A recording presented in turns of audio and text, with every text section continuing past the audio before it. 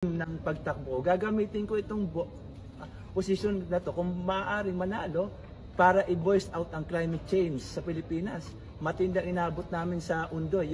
Yung ilog nakakadiri, pumasok sa loob ng bahay namin, tapos ganun lang. Siguro paglalaban ko ngayon kung si Sara Duterte ang susunod na Pangulo, siguro bigyan ng lupa lahat ng taga Maynila sa probinsya. Kung ayaw natin ng Maynila, siguro ihanap kami ng lupa sa probinsya para lahat ng taga-squatter, wag naman maulit yung kasaklap-saklap na ang baho ng ilog, tapos habang natutulog ka, papasok sa bahay mo.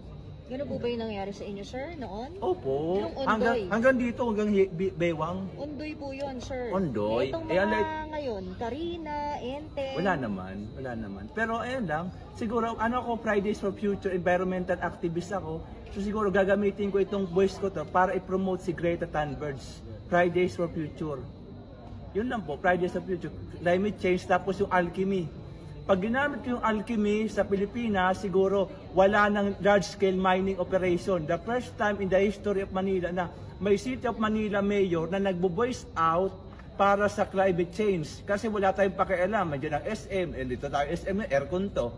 Diba? Parang ka-hipokrito. So nagsasalita na ako ngayon dito. Voice out natin ang climate change. Kahit magsarado ang SM, ang Robinson, ang lahat na ng mall, ang pera nandyan. Pwedeng gumawa ang gobyerno ng pera. Am I right?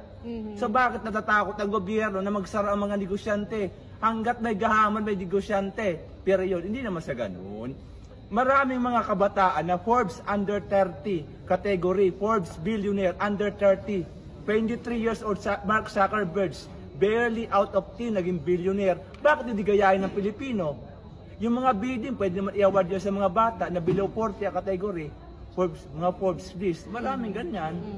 Pero sir, ano po sa tingin ninyo ang ikaaangat nyo sa iba pang mga kandidato for mayor ng Manila? Siguro, hindi lang ako nagpapaka-ipokrito. Isa ako sa gusto talaga tumira sa Manila. Pero ano yung dahilan mo? Bakit gusto mo maging taga Maynila? Manila to the world. What can you say? Yun lang, iangat ko. Manila to the world.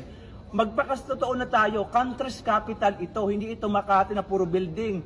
Hindi ito Quezon City na puro artista, GMA Network, ABS-CBN. Country's capital, seat of power of the president. What can you say about that? So anong masabi mo sa mga usaping panlipunan katulad ng NPA, drug war, climate change, ano yung mga, ano mo doon? Hindi puro squatter, puro nalang computeran.